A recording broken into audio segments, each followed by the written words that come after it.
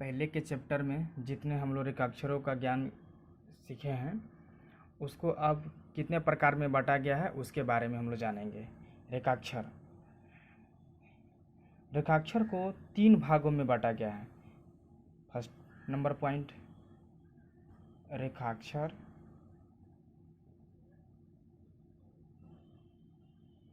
तीन प्रकार के होते हैं।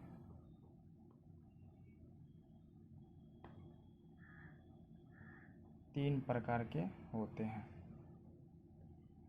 फर्स्ट में बोलते हैं अग्रगामी,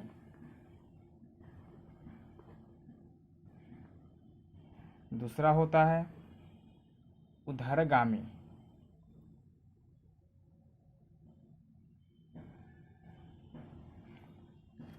तीसरा होता है अधोगामी।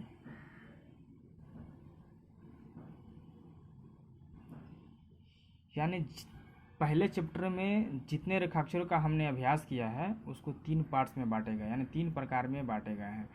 फर्स्ट वाले को बोलते हैं अग्रगामी, दूसरा को बोलते हैं ऊर्ध्वगामी, तीसरा को बोलते हैं अधोगामी। अब अग्रगामी क्या होता है, ऊर्ध्वगामी क्या होता है, अधोगामी क्या होता है, इसके बारे में हम लोग जानेंगे। तो 1 नंबर में जानेंगे अग्रगामी।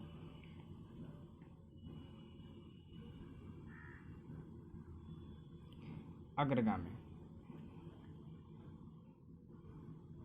अग्रगामी वह होता है जो बाएं से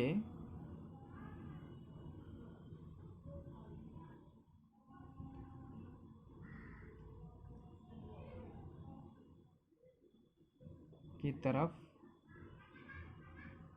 लिखे जाते हैं।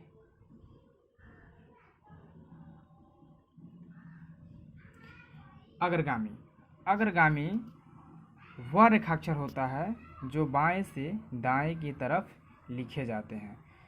हम लोग जितने रेखाक्षर पढ़े हैं उसमें कुछ ऐसा रेखाक्षर है जिसको हम बाएं से दाएं की तरफ लिखते हैं। बाएं से दाएं की तरफ यानी बाएं से दाएं की तरफ, यानी लेफ्ट टू राइट लिखते हैं। तो कौन कौन से रेखाक्षर है जिसको लेफ्ट टू राइट यानी बाएं से दाएं की तरफ लिखा जाता है? तो एग्जाम्पल में लेंगे, जैसे लिखेंगे क को बाएं से दाएं की तरफ लिखे जाते हैं। तो क का रेखाक्षर में क्या होता है? दूसरा होता है ख को भी बाएं से दाएं की तरफ लिखे जाते हैं। ग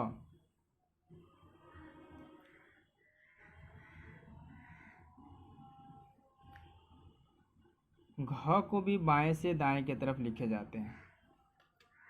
अंग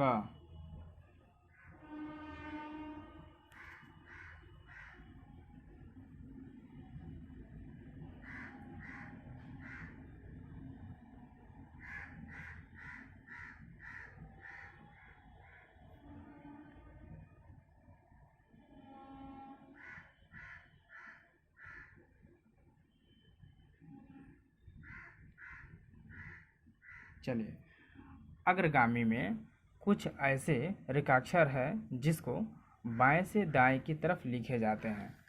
तो फर्स्ट हो गया क को बाएं से दाएं की तरफ लिखे जाते हैं, ठीक है। ख को भी बाएं के से दाएं की तरफ। तो क देखिए, क जैसा लिखा हुआ वैसा ख भी है, बस क को हल्का लिखा गया, ख को भी हल्का ही लिखा गया लेकिन इसको थोड़ा काटा गया है। ये क्या हो गया? ख हो गया। पहले चैप्टर में सबके बारे में जानकारी दे दी गई है, ठीक है, आप वहाँ से समझ सकते हैं। तो ये सब का हो गया जी अग्रगामी। उसके बाद दूसरा होता है ऊर्ध्वगामी। दूसरा होता है ऊर्ध्वगामी।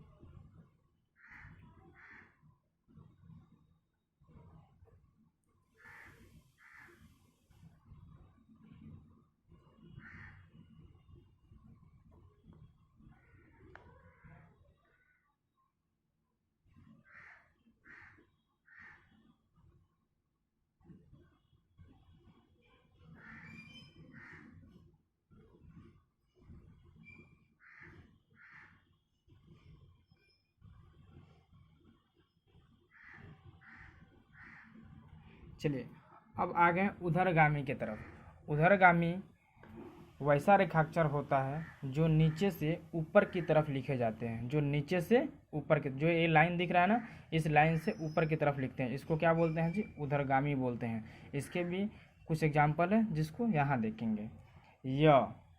यह जो रेखाक्षर है ये क्या है जी? उधरगामी है। य को नीचे से ऊपर की तरफ लिखे जाते हैं। ये क्या हो गया? य। उसके बाद हो गया र को भी नीचे से ऊपर की तरफ लिखा जाता है, इसीलिए उसको उधरगामी बोलते हैं।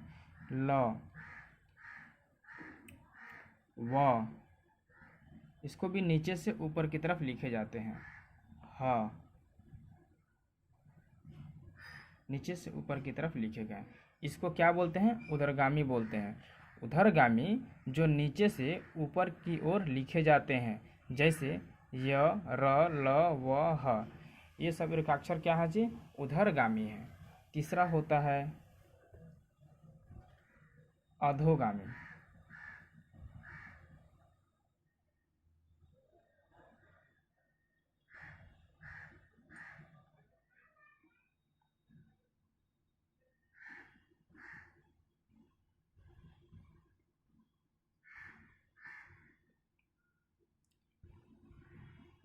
जो ऊपर से नीचे की तरफ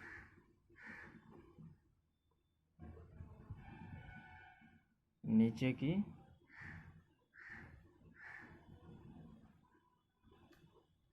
ओर लिखे जाते हैं।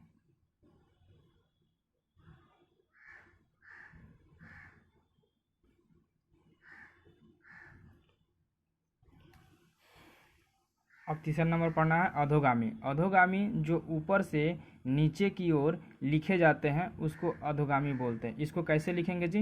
यानी ऊपर से नीचे, यानी यहाँ से लेकर हम लाइन तक लिखेंगे, इसको क्या बोलेंगे? अधोगामी बोलेंगे। जो ऊपर से नीचे की तरफ लिखे जाते हैं, इसके भी कुछ एग्जाम्पल होते हैं, जैसे कुछ रेखाक्षर जो हैं जिसको अधोगामी बोला जाता है, जो ऊपर से नीचे की तरफ लिखे जाते हैं। च,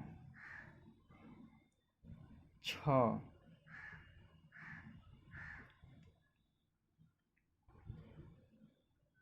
ज, झ,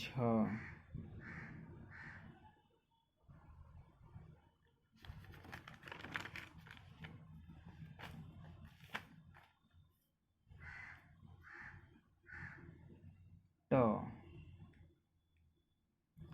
ठ, ये सब क्या है जी? सब अधोगामी है, जो नीचे, ऊपर से नीचे की तरफ लिखे जा रहे हैं।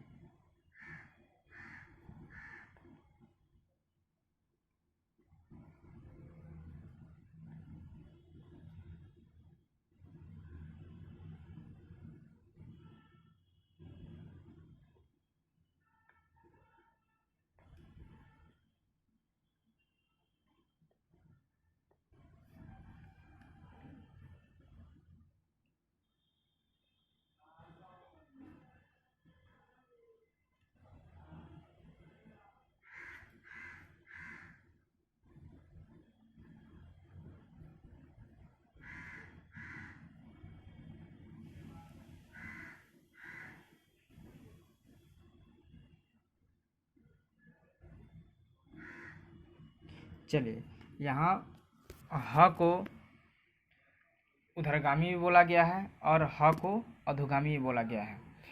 देखिए, उधरगामी ह को दो तरीक़ा से लिखते हैं। एक ह को नीचे से ऊपर की तरफ लिखते हैं और एक ह को ऊपर से नीचे की तरफ लिखते हैं।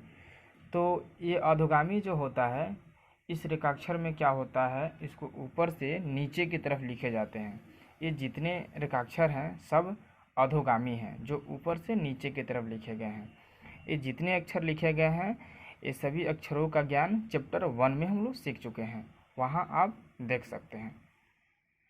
तब तक के लिए आज रेखाक्षरों के प्रकार के बारे में जानें, फिर कल